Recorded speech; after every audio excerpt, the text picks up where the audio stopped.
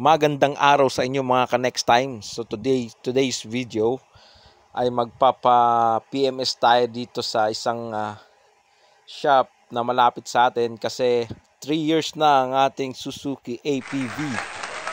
Kaya kailangan na nating pag-PMS ulit kasi pag bumili ka ng brand new na sasakyan, 3 years kasi yan nilang free yung registration. So ngayon 3 years na siya. Bale 17,000 na yung tinakbo. So ibibigay ko sa inyo kung ano ang nangyari dito sa pagpa-PMS ko dito sa shop na to. At medyo malungkot ang nangyari. Hindi siya masaya.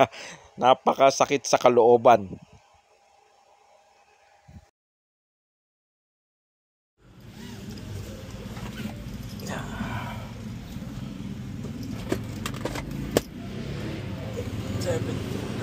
Magandang araw po.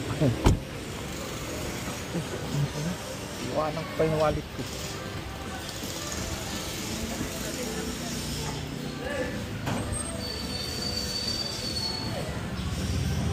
Sir, i-check up lang po natin yung unit natin. Okay.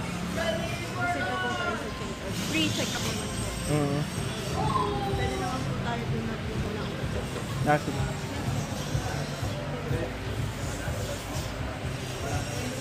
So pagdating ko pa lang sa shop, nagpahiwatig na kagad, parang nagparamdam na may problema kasi yung wallet ko naiiwan ko sa bahay. Bale, wala akong dalang lisensya, saka pera, lahat nandun sa wallet. So kailangan kong tumawag sa bahay para ipahatid yung lisensya ko. Ay, sorry. At ang pera na ibabayad ko dito sa PMS. Ma, yung yung wallet ko, padala mo kay Harvey ha. Wala akong pera. Hello. Wallet ko, wallet. Padala mo kay Harvey. Hello.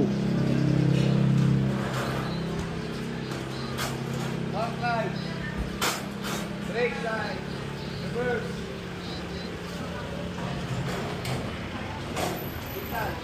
Pero malapit lang ang bahay namin dito kasi yung shop na to nasa labas lang ng gate ng subdivision. So malapit lang, mga 2 kilometro lang.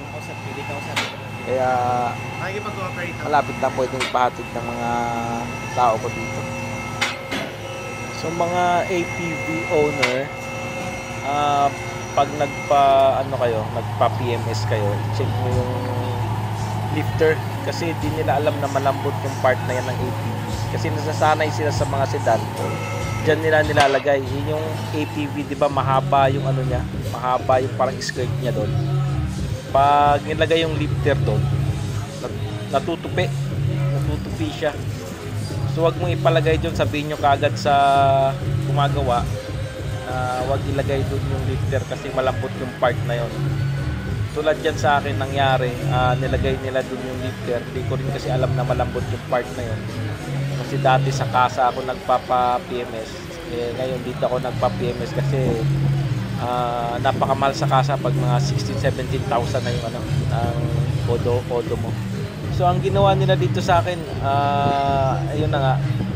So mamaya daw ayusin nila kasi nga port naman nila yon. Nakipag-cooperate naman sila ng maayos. Ayan o, tama yung lupit. Ayan, gawa ng lifter yan. Nakatakutan ko, baka maapektuhan to dito. Nagawa ng bisa, napasok na yung tubig eh. Pero may speed. Hindi naman siya na umabot. Hindi naman po umabot. Kasi nga, nakita ko kaagad eh. Ipiano na lang, baka kaya niyo. Sino bang gagawa? Si Sir po. Marunong yun. Marunong po yan. Baka lalong masira. Ang vice gripping, Sir. Patanggal na lang nung kasi kukuha na ako sa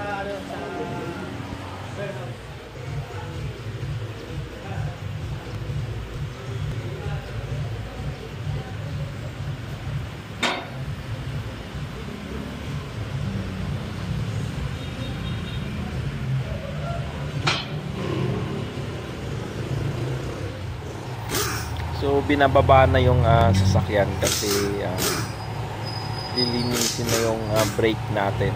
Kasama kasi yan sa sa package nila.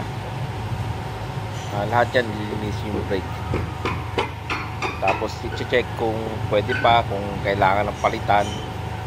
So sa akin kasi ano pa lang 17,000 odo pa lang siya. So nung chinek ko, tinanong ko yung mekaniko, okay naman, okay pa daw, makapal pa. So lilinisin niya lang. So may nakitang problema dito sa harap natin. Yung gulong hindi pantay yung pudpud, yung sa driver side lang. Isang gulong lang na hindi pantay yung pudpud. Bali nakita ko rin sa mga sa mga page natin sa FB, yun talaga daw ang sakit ng ayan hindi siya pantay. Yung sa gilid, yung sa loob, sa inner side siya, pudpud. Tapos sa labas, hindi siya makapal pa rin.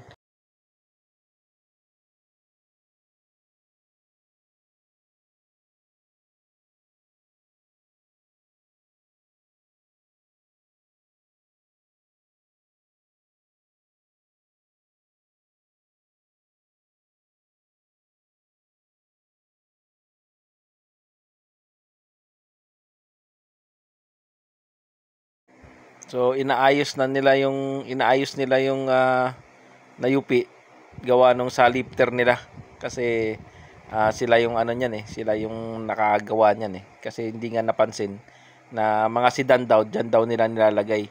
Sa atin kasi first time siguro nila naglift ng APV. So mga naka APV diyan, baka magkamali ulit yung mga mekaniko. Bantayan nyo na bago nyo ipalip kasi marami din akong napapanood sa FB natin, sa FB page natin.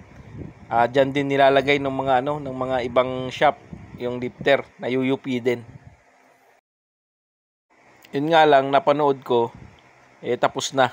Nayupi na rin yung sa akin. Dapat pala nag-research muna ako kung anong bawal sa APV natin kasi laking abala din matagal din siya natapos kasi kailangan pantayin siya. Hindi nga masyadong napantay pero bala ko naman siyang lagyan ng parang siya dyan sa gilid yung apakan, kaya okay lang. Hindi ko alam anong tawag doon stepboard ba o yung basta sa gilid dyan may apakan dyan. Bala kong palagyan kasi niyan tapos bumper sa harap tsaka sa likod.